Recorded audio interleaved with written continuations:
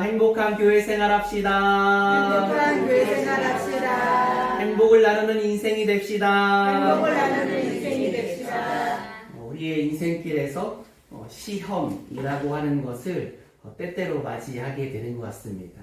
그러나 또 그 시험에도 유익이 있기도 하죠. 더욱더 우리가 성숙하고 성장하게 되는 단계이기도 한데요. 우리 지난주에 그쵸? 이번 한 주가 아니죠. 이번 한 주가 지난주죠. 주일이니까요. 지난주에 중간고사를 봤던 우리 백찬미 청년이 있습니다. 시험 보느라 너무 고생 많으셨고 수고 많았습니다. 또 오늘은 우리 교육관에 있는 아이들 중에 태권도복을 입고 있는 아이들이 많거든요. 왜 태권도복을 입고 왔을까? 오늘 승급 심사가 있습니다. 그래서 예전에 저는 국기원까지 갔던 것 같아요. 근데 고양시청에서 오후에 진행되어지는 승급 심사가 있는데, 그래서 지금 1품위 친구들이 2품을 보게 되죠. 그래서 오늘 주일학교 예배드리다가 또 안수기도 하는 시간도 가졌는데요. 또 아이들 떨지 않게 해달라고, 또 담대하게 또 승급심사 잘 임할 수 있도록 도와달라고 또 기도해 주시기를 부탁드립니다. 다음 주일은 부림교회 창립 43주년 감사 예배를 드립니다. 대만 현지에서 대만 자매결연교회인 죽당교회에서 두 분의 목사님께서 오시잖아요. 목사님도 목사님이시고 사모님도 목사님이시죠. 두 분이 신학교회에서 이렇게 만나셔서 결혼을 하셨는데요.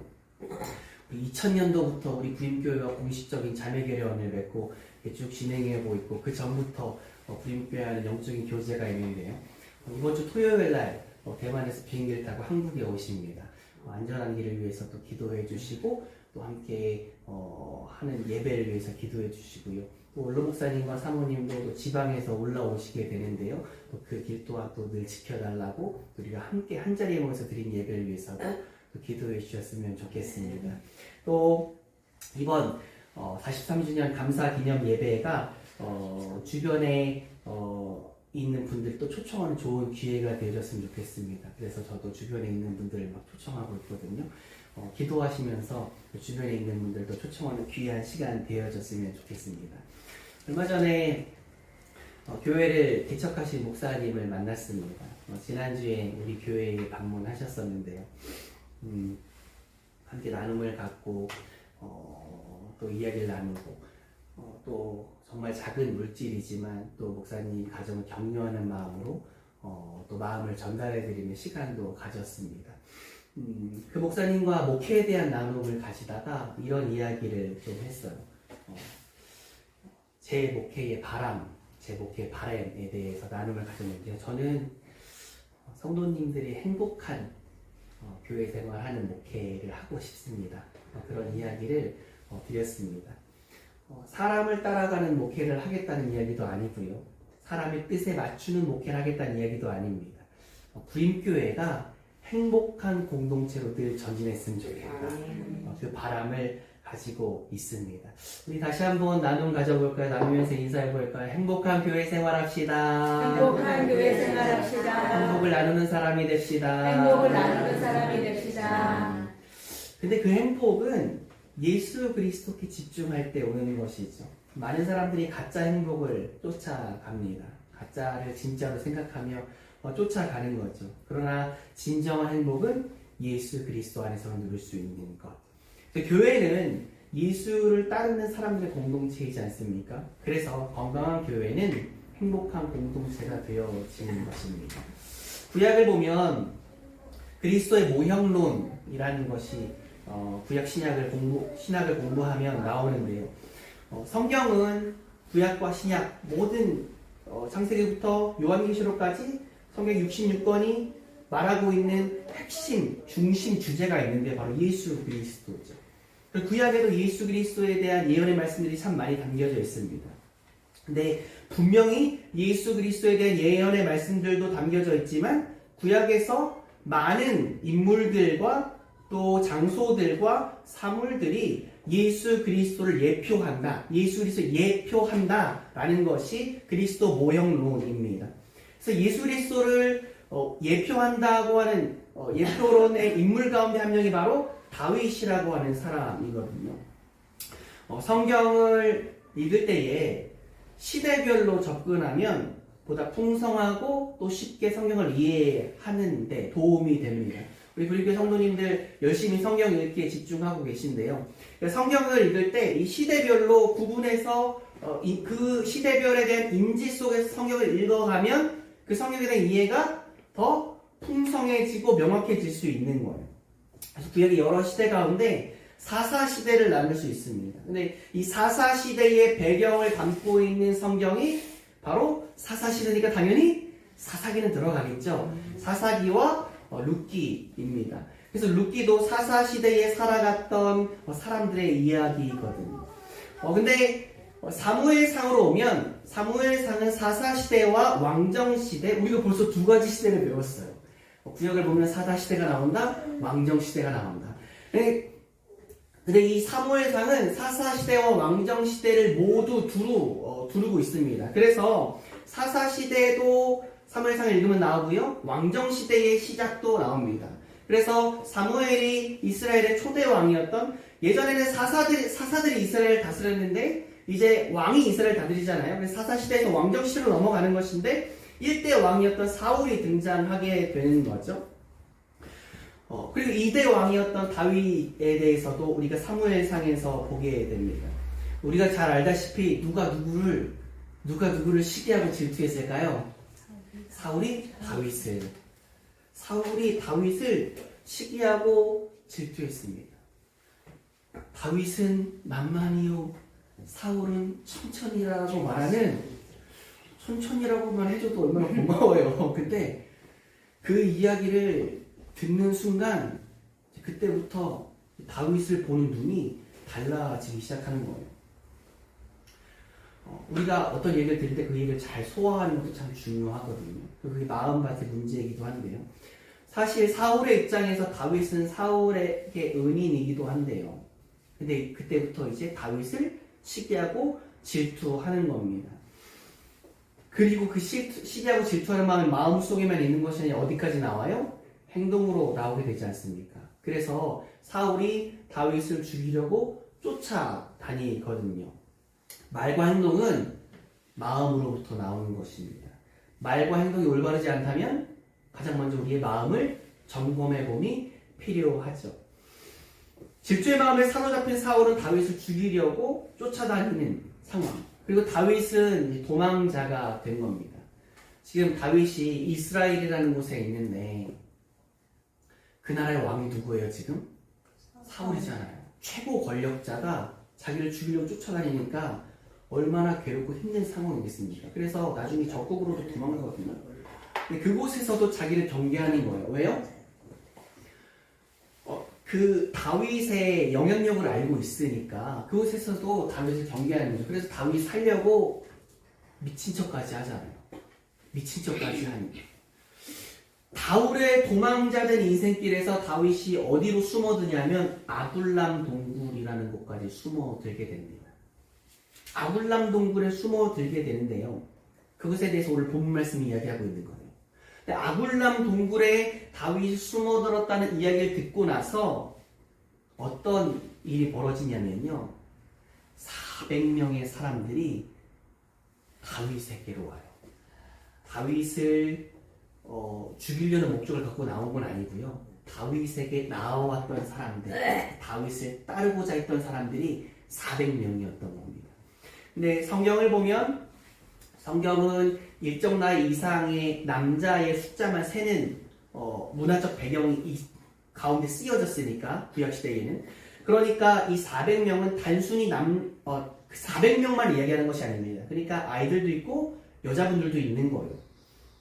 근데 이것을 성경을 쭉 읽다 보면 그게 그냥 400명이 그냥 400명이 아니구나, 가족 공동체가 이렇게 온 거구나. 그래서 아마 그냥 예를 들어서 그냥 일괄적으로 계산해서 4인 가족으로만 생각한다면 1600명이 몰려온 거죠. 다윗에게로.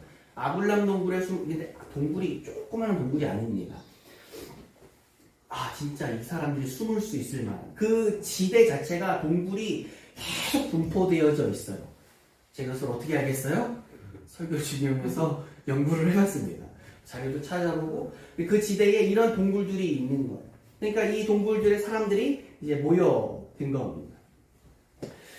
그래서 이 공동체를 아굴람 공동체라고도 불러요. 아굴람 공동체. 다윗에게 보여준 그 사람들이 아굴람 공동체가 되어진 겁니다. 다윗을 따르는 사람들. 사울에게 쫓김당하는 다윗. 근데 사실 다윗은 지금 세상적으로 말하면 소위 끈떨어진 뭐예요? 끈떨어진 가시예요. 근데 그에게 나왔던 사람들이 있었던 겁니다. 그 사람들이 누구였을까? 누구였기에 그가 다윗에게 나와왔을까? 그 사람들이 도대체 어떤 사람들이었을까?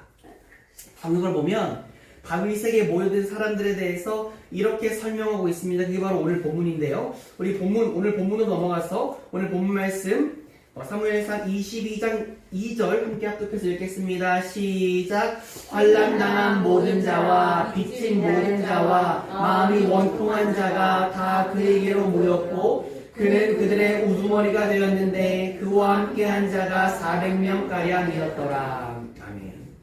그 사람들이 지금 사실 소위 말해서 지금 다윗이 자기 한 몸 건사하기도 힘든 상황이에요. 근데 400명의 사람들이 다윗에게 왔는데 그래서 그 사람들이 우두머리가 됐는데 다윗이 그 사람들이요 상처받은 사람들, 아픔이 있는 사람들, 원통한 사람들입니다. 그러니까 세상에서 소위 오합지졸이라고 불려지는 사람들, 세상에서 실패자라고 불려지는 사람들, 세상에서 별 볼 일 없다고 여겨지는 사람들, 그 사람들이 다윗에게로 나왔어요. 근데 내 안에 있는 게 밖으로 나오잖아요. 근데 그들이 다윗에게 나왔지만 생각해보면 그 공동체는 수많은 문제들이 있었을 거예요. 이분들이 성숙한 분들이 아니잖아요. 상처는 나오게 되잖아요. 아프고 억눌린 사람들, 억울한 사람들, 재정적으로 파탄난 사람들. 내 안에 있는 것들이 팍팍 튀어나오는 분들이에요. 서로 찌르고 찔릴 수도 있고요. 수많은 사람들이 낙심과 좌절과 우울과 쓴뿌리 속에 눌려 있었을 거예요. 성숙한 사람들이 모여있는 것이 아니라 세상에서 잘 나가는 사람들이 모여있는 것이 아니라요. 상처나고 아프고 억눌리고 억울한 사람들, 재정적으로 힘겨운 사람들이 그곳에 모였다고요. 다윗에게 모였다고요. 어땠을까요? 그 모임이. 그 공동체가 어땠을까요? 이런저런 어려움이 분명히 있었을 거예요. 갈등과 다툼도 있었을 거예요. 심지어 이런 일도 있었거든요. 아굴람 공동체에 고난이라고 하는 큰 어려움이 찾아옵니다. 근데 거기에 대해서 어떻게 반응하냐면요. 다윗에게 찾아온 사람들이 그 공동체가 같이 겪게 되는 다윗도 겪게 되는 고난인 거예요. 그 공동체 전체가 같은 고난을 겪게 돼요. 근데 그 상황 속에서 그들이 어떻게 이야기하냐면 다윗을 죽이자고 말해요. 다윗이 얼마나 서운했을까요? 다윗이 얼마나 괴로웠을까요? 근데요, 다윗은 그들을 위로해요. 끝까지 격려하는 거예요. 보듬어 주는 거예요. 안아주는 거예요. 그들은 그 공동체 안에서 회복을 누렸고 치료를 누렸고 성숙해져 갔을 것입니다. 다윗이 하나님으로부터 받은 은혜를 그 공동체와 나누고 그 공동체가 변화되어져 가고 그 공동체가 서로 하나님의 은혜를 나누며 변화되어지는 그 선한 영역이 계속해서 퍼져갔을 거예요. 그리고 나중에 지금 소위 말하는 오합지졸들의 모임이잖아요. 세상적인 이야기로.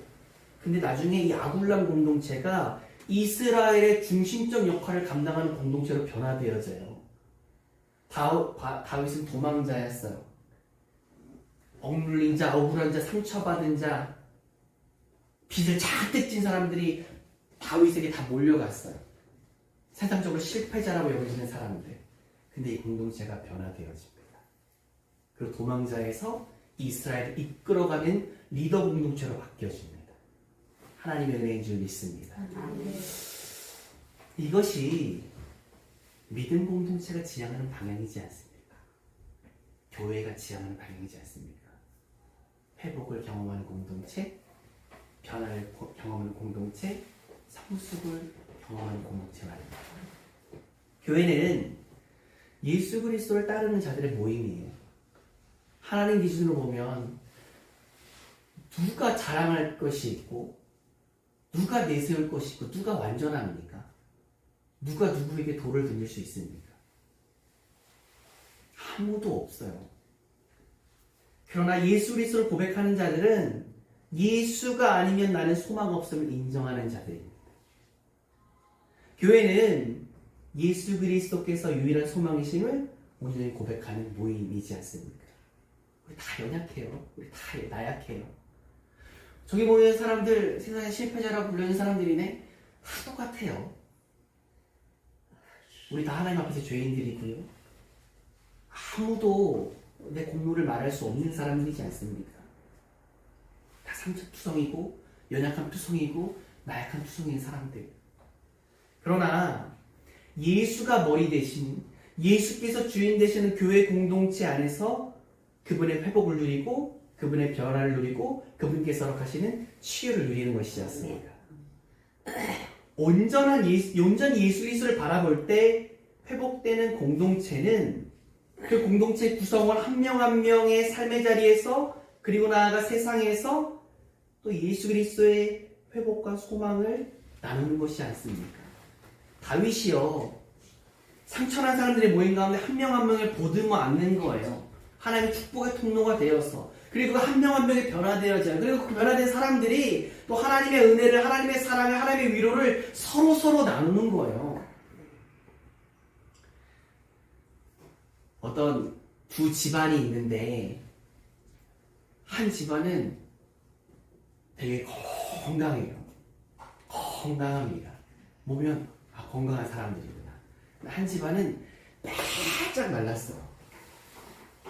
왜일까를 생각해 봅니다. 왜일까? 집에 음식이 없나? 아니에요. 두 집안 다 음식이 풍성합니다. 그럼 먹을 수 있는 젓가락이 없나? 젓가락도 있어요. 이쪽 집안에 있는 젓가락도 있고 저쪽 집안에 있는 젓가락도 있는데 그 젓가락이 좀 특이합니다. 어떤 젓가락이에요? 이렇게 길어요. 한 1m 50은 되는 것 같아요. 1m 50 되나요? 젓가락질을 하는 것도 이렇게 먹을 수 있을까요? 없어요. 없습니다. 근데 한 집안은 잘 먹어요. 오늘도 배부르게 잘 먹었다. 한 집안은 쫄쫄 굶는 거예요. 풍성하게 음식도 있고 똑같이 젓가락도 있는데 한 집안은 잘 먹고 한 집은 못 먹는 겁니다. 그래서 못 먹는 집안에 찾아가 봤어요. 자기가 이렇게 하려고 해요. 안 되죠. 안 돼요. 아무리 먹으려고 해도 안 돼요. 근데 건강한 집안에 가봤더니 서로가 먹여 주는 거예요. 너 하나 먹고 나 하나 먹고 너 하나 먹고 나 하나 먹고 서로를 돌아보는, 하나님께로부터 받은 것을 나누는 거예요. 그럼 공동체가 건강해지죠. 회복해야지. 우리는 서로가 예수 그리스도의 통로로 쓰임받고 있음을, 서로가 예수 그리스도의 통로로 쓰임받아야 함을 잊어서는 안 됩니다. 교회 다니면서 나 교회에서 상처받았어 라고 하시는 분들 계세요. 교회 생활하다가 나 시험 당했어 라고 말씀하시는 분들도 계세요. 그런 일이 있을 수 있죠. 왜요? 다 연약한 사람들 모이는 공동체잖아요. 나도 나약하고 너도 나약하고 너도 연약하고 나도 연약하고 아직 온전한 회복되지 않았기에, 내 가운데 있는 상처가 치료되지 않았기에, 아직 쓴뿌리가 남아있기에, 아직 미성숙한 단계이기에 때로 다른 사람한테 상처 줄 수 있어요. 때로 다른 사람한테 상처 받을 수 있어요. 또 다양한 사람들이 모여있잖아요. 내가 아라고 말해도 저 사람이 나의 삶의 방식과 다르니까 어라고 받아들일 수도 있어요. 그래서 서로 생각이 다르고 이해가 다르고 삶의 방식이 다르지 않습니까? 살아온 삶의 문맥이 다르잖아요. 예전에 제가 어떤 영화를 봤는데, 진짜인지 몰라요. 영화니까요. 어떤 부족이 있는데 그 부족의 인사법은 얼굴에 침을 뱉는 거예요. 얼굴에 침을. 그래서 진짜인지 모르겠어요. 영화에서 본 거니까요. 얼굴에 침을 탁 뱉는 건데, 대부분의 문화권에서는 이건 모욕이잖아요. 모욕. 근데 주인공이 그 영화의 주인공이 그 부족이 갔는데 그 부족이 방금 냄새 하면서 침을 탁 뱉었어요. 그랬더니 이 주인공이 기분이 나빠가지고 있는 대로 다 모아가지고 그 부족에 있는 원장 뭐죠? 추장을 침을 탁 뱉거든요.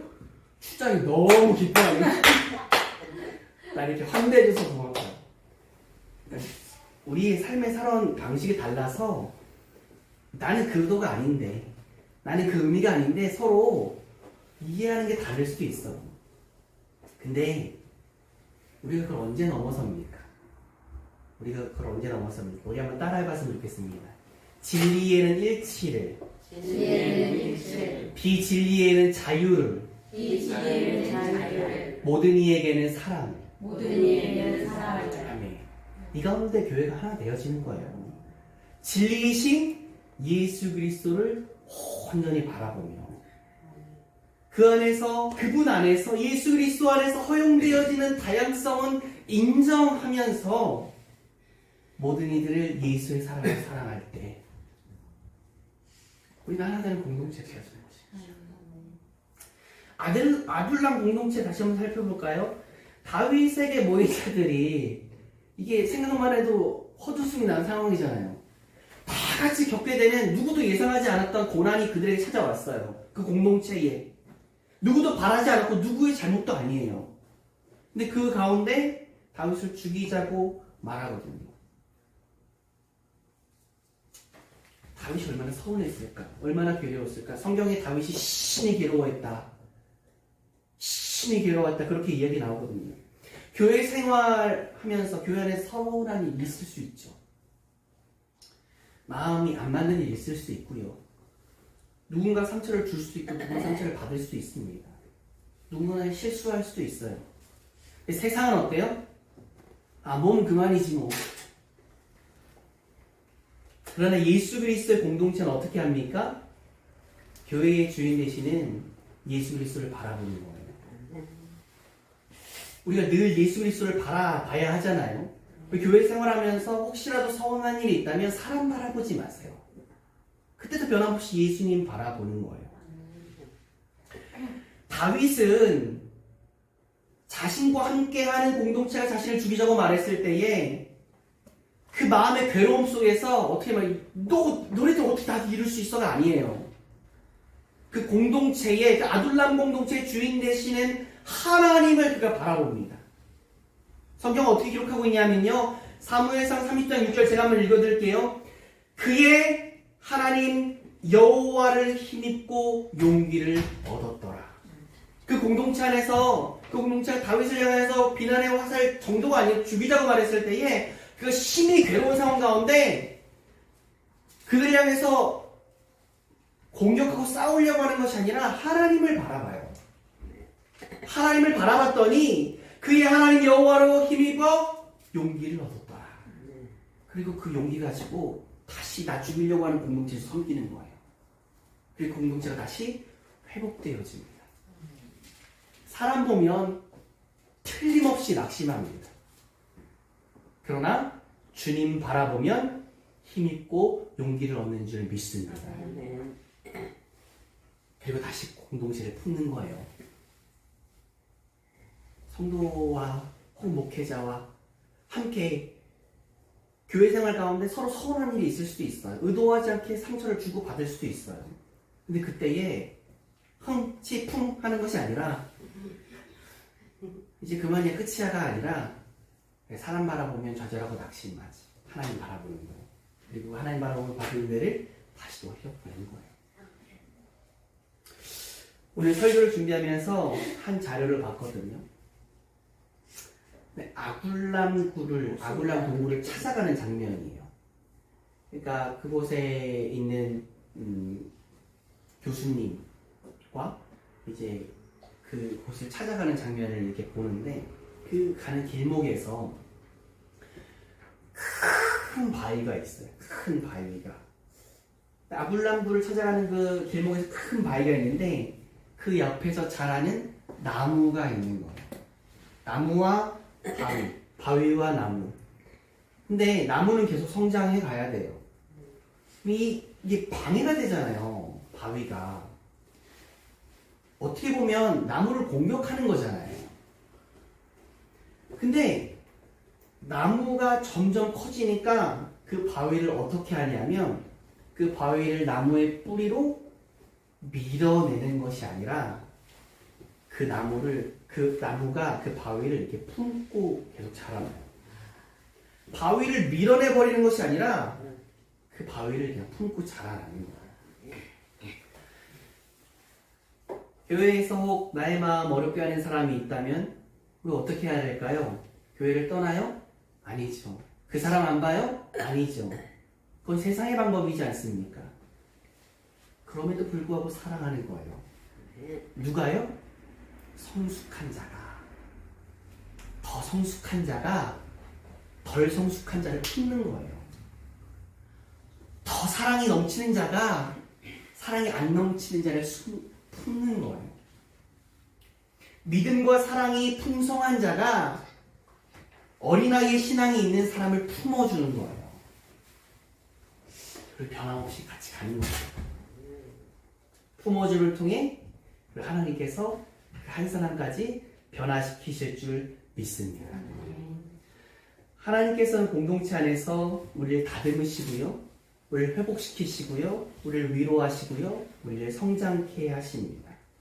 상처와 아픔과 고통과 억울한 사람들이 모였던 아굴람 공동체, 세상 사람들이 오합지졸이라고 패배자라고 실패자라고 별 볼 일 없는 사람이라고 불렀던 그 아굴람 공동체, 그러나 그 공동체가 회복을 누립니다. 성숙해 갑니다. 그리고 이스라엘을 중심적으로 이끌어가는 리더 공동체가 되어집니다. 예수 그리스도를 따르는 믿음 공동체 교회는 예수님의 마음을 품고 서로를 돌보고 섬기는 그분의 통로로서 쓰임 받는 것입니다. 그런 교회가 건강한 공동체고 행복한 공동체인 줄 믿습니다. 그리고 우리 불임교회는 이런 행복한 공동체인 줄 또한 믿습니다.